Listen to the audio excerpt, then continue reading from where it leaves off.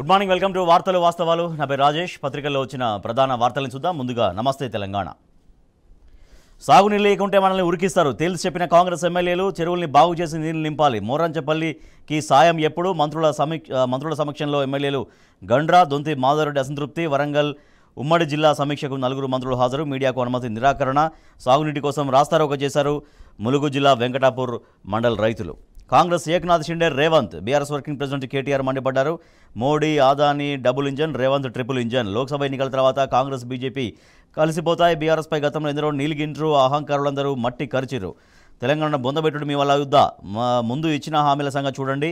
ప్రజలెవరు జనవరి current బిల్లులు కట్టొద్దు, ఆ బిల్లుల్ని సోనియా గాంధీకి పంపించండి అంటూ బీఆర్ఎస్ వర్కింగ్ ప్రెసిడెంట్ కేటీఆర్ నిన్న పిలుపునిచ్చారు. తెలంగాణను బలి పెడతారా? పెత్తనం కేఆర్ఎంబీకి ఇస్తే రాష్ట్రానికి శరాఘాతమే అంటూ మాజీ మంత్రి నిరంజన్ రెడ్డి పేర్కొన్నారు. దావోస్లో బోగస్ మూలధనమే మిగిలిన కంపెనీ 8,000 కోట్ల పెట్టుబడి పెడతదట. గోడి ఇండియా ఓ ఫ్రాడ్ కంపెనీ, నష్టాల్లో ఉన్నట్టు కంపెనీయే ప్రకటించింది. జేఎస్డబ్ల్యూతో గతంలోనే ఒప్పందం, దాన్నే మళ్లీ పెట్టుబడిగా చెబుతున్న ప్రభుత్వం. దావోస్ పర్యటన ప్రచార ఆర్భాటమే. బీఆర్ఎస్ నేత మన్నె క్రిషాంక్ మండిపాటు. అహంకారంతోనే రేవంత్ వ్యాఖ్యలు. బీఆర్ఎస్ పార్టీని బొందబెట్టడం ఎవరి తరము కాదు అంటూ ఎమ్మెల్యేలు మాగంటి గోపీనాథ్, ముఠా గోపాల్ స్పష్టం చేశారు. ఉద్యమకారులకు సముచిత స్థానం. వర్కింగ్ ప్రెసిడెంట్ కేటీఆర్ కృషితోనే బీఆర్ఎస్ వైపు రాజధాని ఓటర్లు. పార్లమెంటరీ పార్టీ నేత కేకే వెల్లడించారు. ఢిల్లీలో కుస్తీ, హైదరాబాద్లో దోస్తీ. దావోస్లో కొండను తవ్వి ఎలకను పట్టిన ముఖ్యమంత్రి రేవంత్ రెడ్డి. అబద్దాల పునాదులపై రేవంత్ రాజకీయం. సీఎం అయినా మారని చిల్లర ధోరణి. బీఆర్ఎస్ నేత దాసోజు శ్రవణ్ ఆగ్రహం.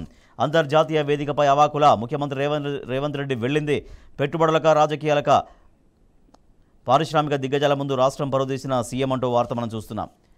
9 మంది ఆటో డ్రైవర్ల ఆత్మహత్య. కాంగ్రెస్ సర్కారు నిర్వాకమే. సోషల్ మీడియాలో పోస్టులు వైరల్ అవుతున్నాయి. వీళ్ళ చావుకి బాధ్యులు ఎవరు అంటూ ప్రశ్నలు వస్తున్నాయి. కేఆర్ఎంబీకి ఇస్తామని చెప్పలేదు అంటూ మంత్రి ఉత్తమ్ కుమార్ రెడ్డి పేర్కొన్నారు. అప్పుల్లో పౌర సరఫరాల సంస్థ 58,000 కోట్ల అప్పులున్నాయంటూ మంత్రులు బట్టి ఉత్తమ్ ఆరోపణలు చేశారు. మరుగుదొడ్ల రిపేర్కు 35 లక్షలు అనే ప్రజాభవన్లో మరమ్మతులపై నెట్టింట విమర్శలు. గన్మెన్ల రూమ్లకు 29 లక్షలు అంటూ నాడు కేసీఆర్ను విమర్శించి నేడు బట్టి చేస్తున్నది ఏమిటి అని ఒక ప్రశ్నలు కనిపిస్తున్నాయి. మినిట్స్ అబద్ధమా? సంతకం చేయకుంటే కేంద్రాన్ని నిలదీయాలి. తెలంగాణను కాపాడతారా, బలి పెడతారా అంటూ డిమాండ్స్ వినిపిస్తున్నాయి. వర్సిటీ భూములతో వ్యాపారాలు వద్దు, జీవో నెంబర్ 55ని వెనక్కి తీసుకోవాల్సిందే అంటూ విద్యార్థులు ఆందోళన కొనసాగిస్తున్నారు. కాళేశ్వరం లేకుంటే ఎస్ఆర్ఎస్ పెట్టు కష్టమే. మేడిగడ్డలో రిపేర్లున్నా నీటి ఎత్తిపోతకు ఛాన్స్.